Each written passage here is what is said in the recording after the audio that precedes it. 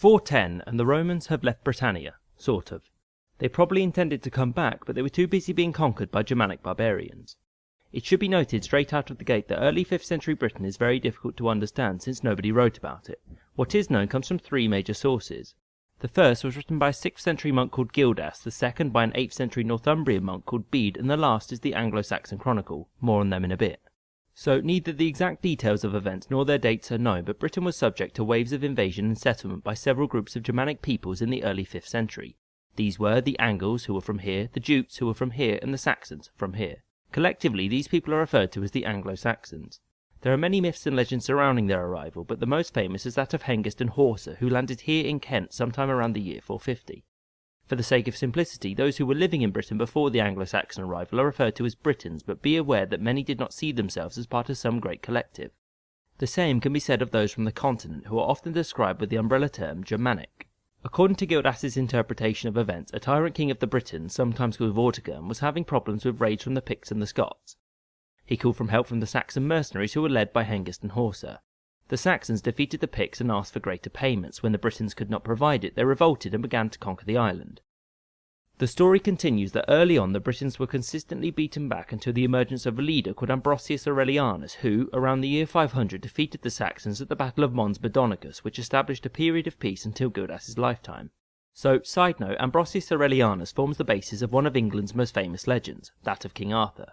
To disappoint literally everyone, there is no compelling evidence of Arthur's existence, and what weak evidence there is was written 500 years later. Naturally, historians only have Gildas's word on this, and it should be noted he wasn't writing history, but a series of polemics which blames the state of Britain in his lifetime on the secular and religious leaders of the age. What can be said to have definitely happened was that starting from the second quarter of the 5th century, there was a settlement of peoples along the southern and eastern coast of what is now England, and by the end of the 6th century had created a series of small kingdoms. The Jutes settled Kent and the Isle of Wight, creating the kingdoms of Kent and Witwara. The Angles settled the eastern coast and the Midlands. In the north, these settlements became the kingdom of Bernicia and Deira, whilst in the south, the kingdom of East Anglia, literally meaning East Angleland, was founded. Of the middle settlements, by far the most important was the kingdom of Mercia, but there are others, such as the kingdom of Lindsey. The Saxons settled the southern coast around the Jutes, founding the kingdoms of Essex, Sussex, and Wessex, meaning East Saxons, South Saxons, and West Saxons, respectively. Thus, Britain was divided between Germanic and Brittonic kingdoms, and some Britons even fled, settling what is now called Brittany.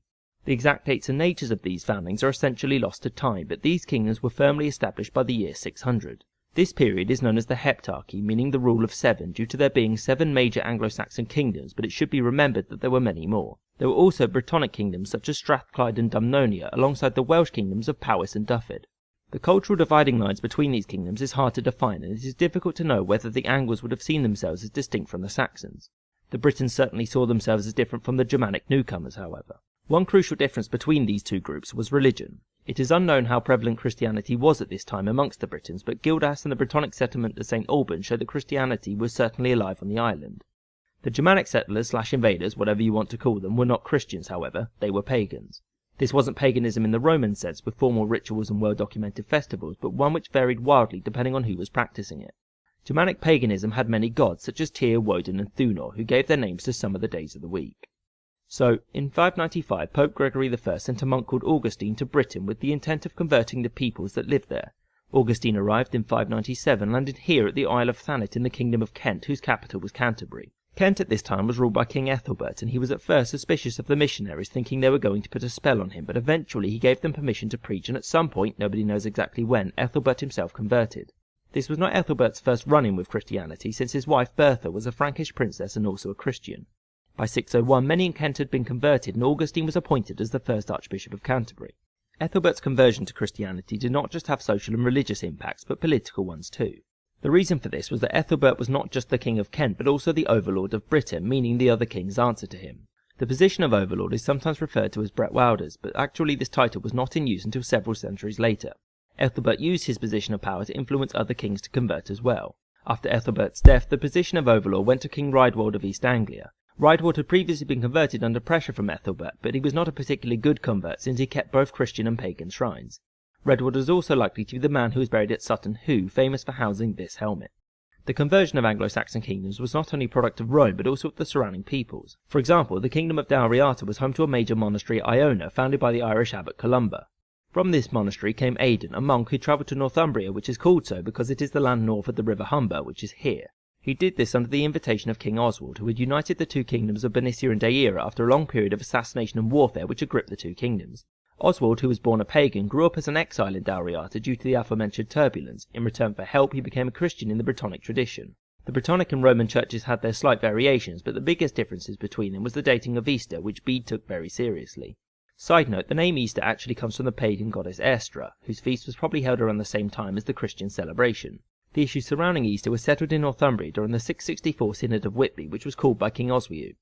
Oswiu sided with the Roman Church's position, thus bringing Northumbria into the world of the Catholic Church. This connection to the Roman world helped open up many Northumbrian monasteries to Roman books and learning. The most notable of these monasteries was the monk Wearmouth Jarrow Abbey, which was notable because that was where Bede was educated and worked from. The century between 650 and 750 is sometimes known as the Northumbrian Renaissance or the Golden Age of Northumbria due to the increased output of literary and artistic works by its monasteries. Bede's ecclesiastical history is the best known work from monk Wearmouth Jarrow and is one of the major sources for early Anglo-Saxon history. Another major monastery was Lindisfarne, which produced the Lindisfarne Gospels but may have also produced the Book of Durrow, but nobody knows for sure. These monasteries were extremely wealthy and often sat in isolated areas along the coast to promote a holy life away from the rest of civilization. Of course, loading up these coastal monasteries with immense treasures with only monks to defend them would eventually cause problems, such as in 793 when a group of Vikings raided and looted Lindisfarne. The Northumbrian Golden Age was not just a period of artistic growth but also one of political supremacy. The Northumbrian kings Edwin, Oswald and Oswiu were all overlords of Britain and held considerable power over the southern kingdoms. One demonstration of Northumbrian power was that York was chosen as the seat of Britain's second archbishop. This period was not one of constant Northumbrian hegemony, however, since both Edwin and Oswald met their ends at the hand of Penda, the king of Mercia, who was also a pagan. Mercia had been a rising power for many decades at this point, since unlike most of the southern kingdoms it had room to expand and neighbours to loot.